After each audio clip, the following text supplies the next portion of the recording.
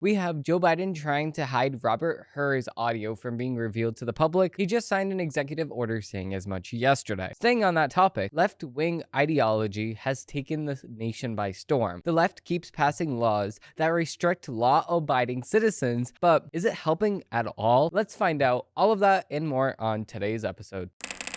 Facts over tracks, this and that, spitting slow, spitting fast, I could roast, I could gas, think I'm okay at last, but I don't know if that can erase all the past. With that being said, we're going to be digging into a law that was just passed in the House of Representatives. That's actually a bill that is stopping Biden from withholding arms to Israel. So, of course, the Congress of America actually designated a certain amount of weapons to be sent to Ukraine, to Gaza, to Israel, and to Taiwan. We covered this a few weeks ago. This was the House bill that actually gave everybody money, and including not just those countries, but also it gave $300 million to, Orthodox churches here. Not just Orthodox, but religious churches here. And that made sure that, it was just a balance in what they were giving money to, I guess. I don't know. I'm not complaining though. The churches should get some more money. I don't diss that. But the thing is that if we're going to be following what the law says here, and we're going to be giving money to all of these other countries, we're giving aid to Gaza, we're giving aid to Taiwan, we're giving,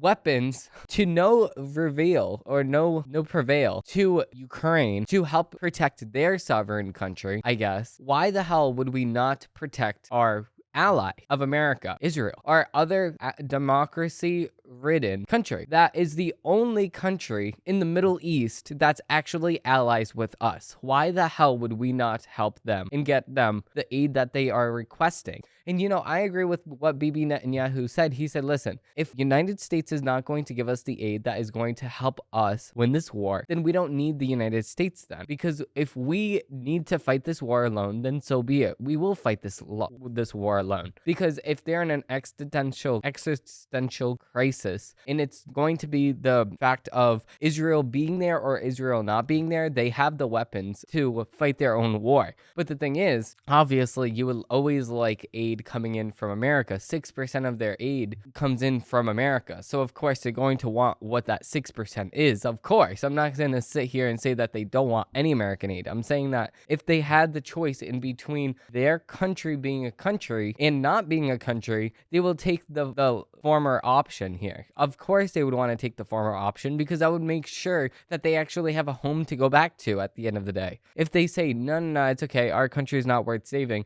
then they have no country at all.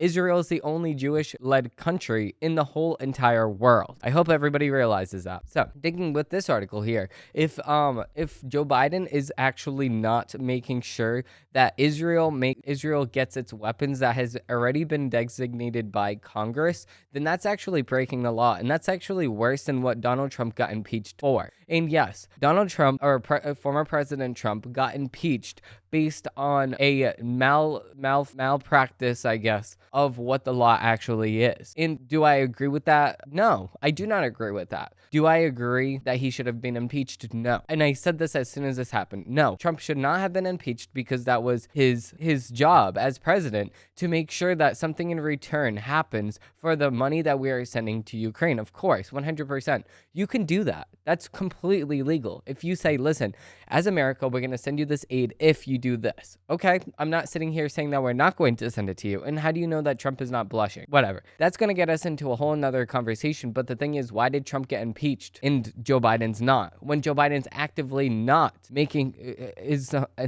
going through with what Congress already allocated the money for. So that's getting in the way of what Congress is doing. That's an impeachable offense here. Now, moving with this Daily Wire article, we have on Thursday, the GOP-led House passed a bill that pressures the Biden administration not to withhold arms from Israel as the United States ally fights Iran-backed Hamas following a deadly terrorist attack in October of last year. The Israel Security Assistance Support Act, which President Joe Biden has threatened to veto, received support from 224 lawmakers, a total of 187 members, including the 3 Republicans and 184 Democrats voted against the bill. 19 lawmakers did not vote. Okay, so how do you not vote? Like, can you do your job? We have 18 people that are not doing, or 19 people that are not doing their job. Can you just do your job, please? House Democrat leaders has urged members of their caucus to oppose the legislation, but did not stop the 16 Democrats from breaking ranks and joining the 208 Republicans to advance it to the Senate. The Biden administration's decision to withhold weapons is catastrophic and goes against the will of Congress. Of course, I completely agree. This is what Mike Johnson said in a statement. With the passage of Israel Security Assistance Support Act, we send a clear message of solidarity and support to Israel and demand the urgent delivery of defense weapons to our most important ally in the Middle East. A group of House Republicans unveiled that the bill over the weekend after Biden halted the delivery of 3,500 large bombs to Israel in protest of a full-scale ground operation in southern Gaza city of Rafah. Biden has since moved forward with sending over the arms to Israel, of course, because if there's an already allocated amount in Congress and you're standing between that from getting done, then you are breaking the law. You are going in the middle of what Congress is supposed to do and what already Congress allocated for.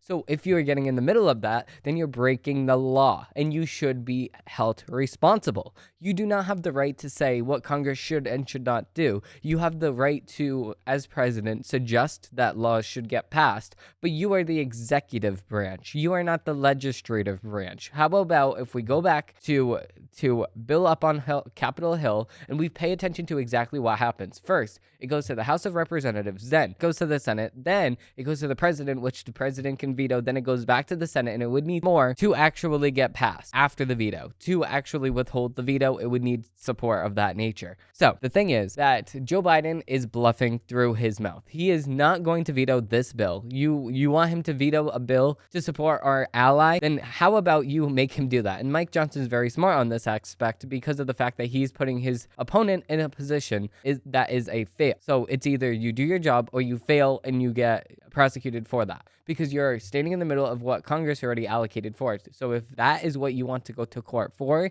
and that's the hill that you want to die on, then you are very mistaken, because this is not how it's supposed to be. So moving with the next article, we actually have a Federalist article. We have, if Joe Biden is sharp as ever, why is he trying to suppress the Robert Hur audio? So Joe Biden, as sharp as ever, a man blessed with, quote, strong mental acuity and in possession of preternaturally incisive intellect. This is just some of the commentary we've heard after Special Counsel Robert Hur let the president off the hook for withholding classified documents because he was an, quote, elderly man with a poor memory. If all of this is true, why is the president trying to suppress audio from the interview? So, Robert Garland, one of the most nakedly partisan AGs in memory, has advised Biden to argue that the audio falls under executive privilege, which extends to allow a president to engage in candid and confidential conversations with advisors without worrying about public disclosure. Garland's argument is odd for 2 reasons. The first, which seems especially pertinent, is that Hur is an advisor to the president, tasked with investigating Biden's decades-long mishandling of classified documents. Hur didn't offer the president any guidance or chew the fat or work on policy or swap confidential stories. Hur was trying to figure out why Biden was hoarding classified documents. The only reason we should recall Hur let Biden walk was that he believed that the president lacked in the mental acuity to be charged by a jury for breaking the law, which means that the tape will be important in allowing the public to discern whether the president is senile. This part is especially concerning. The other major political candidate is being prosecuted for the same crime. Of course, 100% I agree with all of this. This is exactly why I wanted to actually break this down in this article right here. Okay, so when former President Donald Trump was found with classified materials inside of Mar-a-Lago, everybody freaked freaked out. Everybody said, "Oh my God, how dare you? How dare you? You had classified documents inside of you. What are you trying to do? You're meeting with Putin." And then it's like, okay, no, Trump is not meeting with Putin. First of all, there's been no evidence whatsoever that Trump is actually revealing classified materials to Putin whatsoever. So, in the contrary, there has been evidence to suggest that Chinese officials and Chinese billionaires have visited Joe Biden's home because of the fact that Hunter Biden lives with Joe Biden. Hunter Biden was meeting with foreign adversaries at Joe Biden's house, where we all know Joe Biden had classified documents in his garage, unlocked classified documents inside of his garage. Now, do we know that the foreign adversaries went through Joe Biden's garage? No.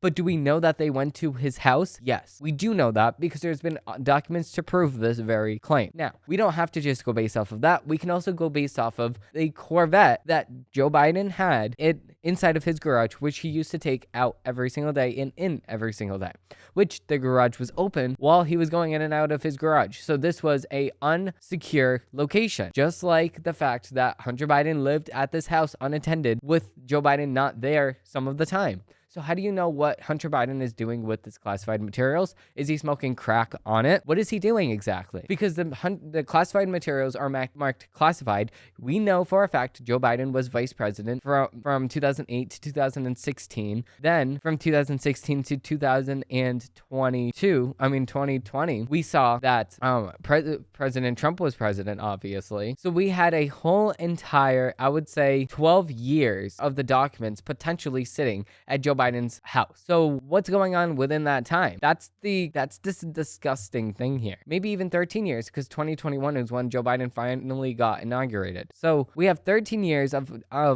classified materials sitting at Joe Biden's house. That's not safe. That's not the way that you're supposed to handle classified materials. Now, is there a overclassification process that is happening in America where we're classifying every single information, every single document that comes out of the White House? Yes. But is that to say that classified materials are still not classified? No. Is there a responsibility for the president to make sure that he is not bringing classified materials out of his house, out of his office, stuff like that? Yes, 100%. But if we're going to classify one person to say that they're stealing classified materials, then we must classify every single person on the same exact crime. We cannot prosecute one person for doing the same crime as somebody else just because they're the current president of the United States. But not just that, but we also know for a fact that there is unfair treatment amongst all of these elites in the executive branch, and not even that, just the legislative branch too. The House of Representative members, if you are in our government, you have unfair treatment. If you are an outsider and you do, oh my God, that scared me, and you do not agree with the political left, then you do not have the right to actually say anything against them. You do not have the right to actually do anything that's an accident. That's their opinion. If you do not completely agree with all of the silly standards of in rules and regulations that they have set forth, by themselves, then you do not have the right to speak. That's all they care about. So, moving with this article. Second, we already have the transcripts of the conversation. How could the interview fall under executive privilege when we already know what was discussed? Recall as well that Biden was cognitive enough to have lied about the interview, which gives us another reason to want to hear it. There's even been a reference that I don't remember when my son died. Biden barked at reporters after Hur released the report. How the hell dare he raise that? Frankly, when I asked the question, I thought to myself, it wasn't any of their damn business. So that's what Joe Biden says in response to him not remembering when his own son died. How do you not remember when your own son died? It's because he's going senile. So why are we going to have a president of America that is senile and losing his mind? It just does not make much sense whatsoever. So with that being said, we do have the headlines of the week.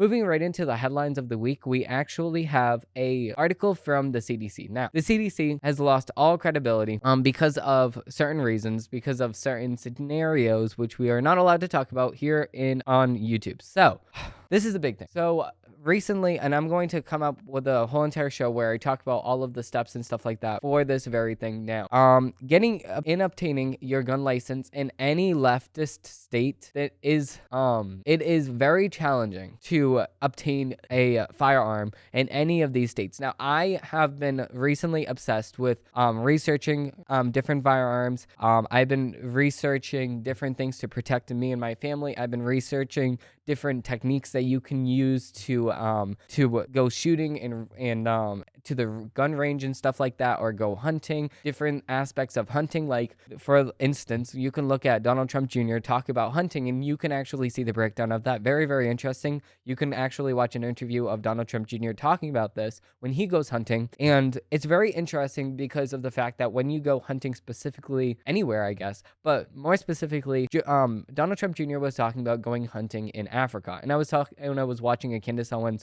episode way back when, I would say about a year ago, and I was actually taken back by it because I didn't realize this at first. So when you go hunting, and I didn't realize this because I am very, very new to this space, I'm very, very dumb, I admit, when it comes to hunting for animals, hunting for food, fishing. I used to go fishing with my grandfather all the time on a boat. I really did not like it that much at all, but the thing is, I don't mind it. I will go fishing to spend time with my grandfather. I don't really care at this point in time. But the thing is, not getting off track here, when you go hunting, you are hunting for specific animals that are actually overpopulated, and that if they stay overpopulated, they will destroy the amount of other animals that are in the forest. So what you're doing when you go hunting is you're actually making sure that there is actual stability in the forest here. You're not going to go hunting for an animal that is going extinct. No, you're going to go hunting for an animal that is overpopulated. That's what you're going to do. But nonetheless, with that being said, there's a lot of different rules and regulations that all different states across America have passed. And I want to make sure that I say this the correct way, because of the fact that if you say the wrong thing, then you could get a red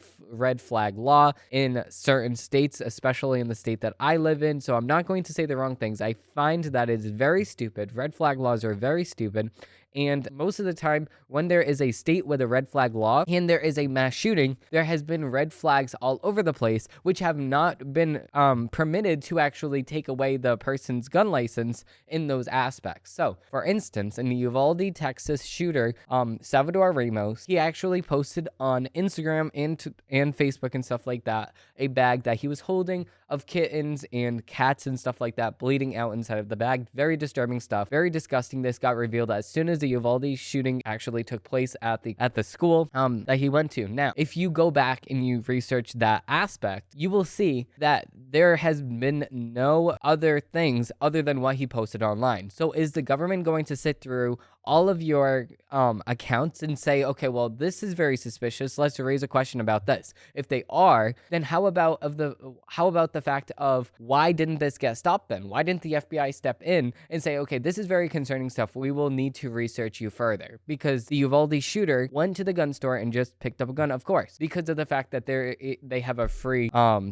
state over there. They have something called the Second Amendment that they actually appreciate over there, and they actually make sure that the Second Amendment is upheld, and the constitutional amendments is actually a thing in that state. Now, when you go and research those states and you actually compare them to other states, it gets pretty interesting here. So Massachusetts has one of the strictest gun laws in America. Okay, and if you ask ChatGPT, if you ask any of these organizations out here that give you just info on the fly, then you will see that, quote unquote, Massachusetts is one of the safest states, which that's not true. According to the CDC, that's actually Rhode Island, but that's besides the point here. So we will compare the death rate. Okay, so getting ahead of myself here. Massachusetts, because of the fact that they have one of the strictest gun laws in America, you need to go through a certification class first. And then after you go through the certification class, then you need to take a certification test. After you take the certification test, you get a certificate in the mail saying that you passed those two things. Now,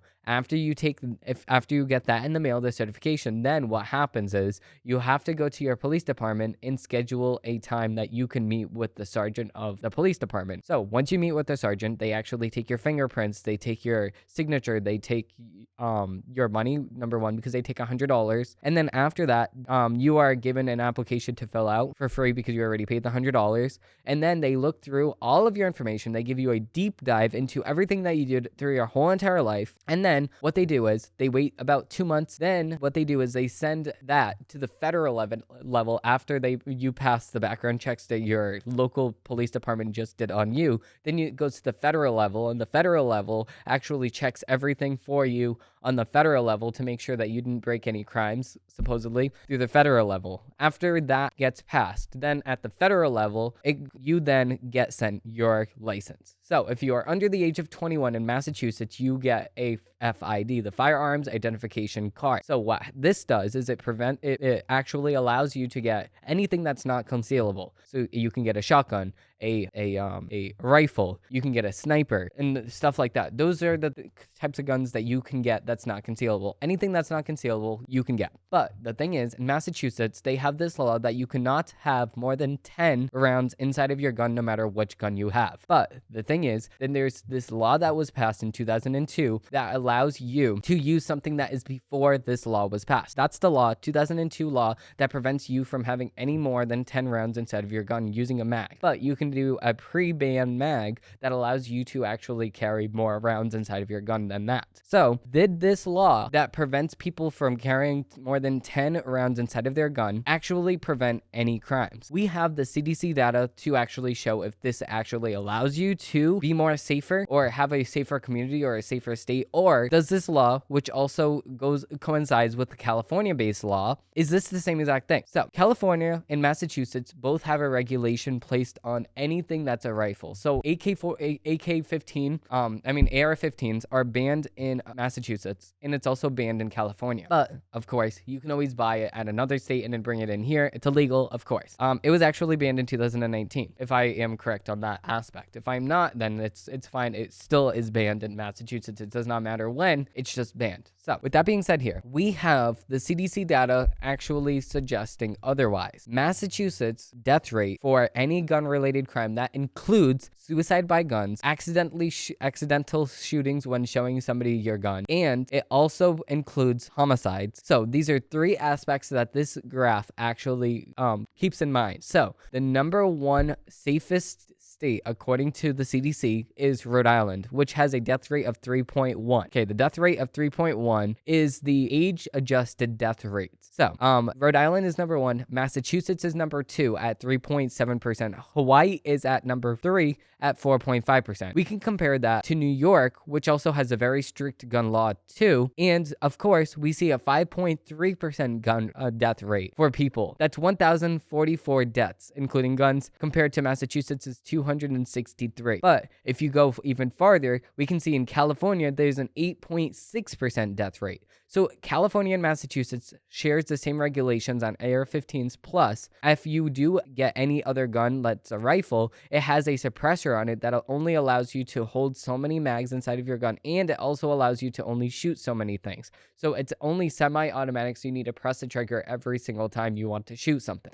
So it's not a fully automatic. It needs to be a semi-automatic to go and be legal in these two states here. So why is it that California has a death rate of 8.6% while Massachusetts has a 3.7%? We can compare the people also. Of course, California has more people than Massachusetts. That's exactly not the point I'm making whatsoever. The point I'm making is that if these two states share similar laws, is it the actual law that's preventing these deaths in these people from dying, or is it the mere presence of gang-related activity in these states that's actually permitting these killings from taking place in the very first place? So which one is it? And I'll tell you what it is. There's more gangs in California that are going through and using these guns that are illegal, buying them through the black market, and restricting law-abiding citizens from having these very guns that the criminals already have, that can get obtained through the black market. So what does that mean? It means that if we look at this data, we will see that the gun laws that they passed on the books, you can say, according to the books, they have helped. No, you can say that according to the books, but also we can look at the gang-related activity and the gang-related stuff that happens in these two states, and that's the truth of the matter. The laws will only prevent so much from happening. It's against the law for you to walk into a school with a gun. It's against the law to kill somebody, and it still happens. You can outlaw however many things that you want, and it does not prevent that very thing from happening. If it was to happen in the very first place, it's gonna happen, no matter what law you passed on the books. That's what our government does not understand here. It's common sense. So with that being said, we're going to end off this episode here because I do want to talk about this further in the next episodes coming up, because I do have a new series coming out on this deep dive of exactly how to do all of these things, obtain your gun license in Massachusetts and stuff like that. So stay tuned.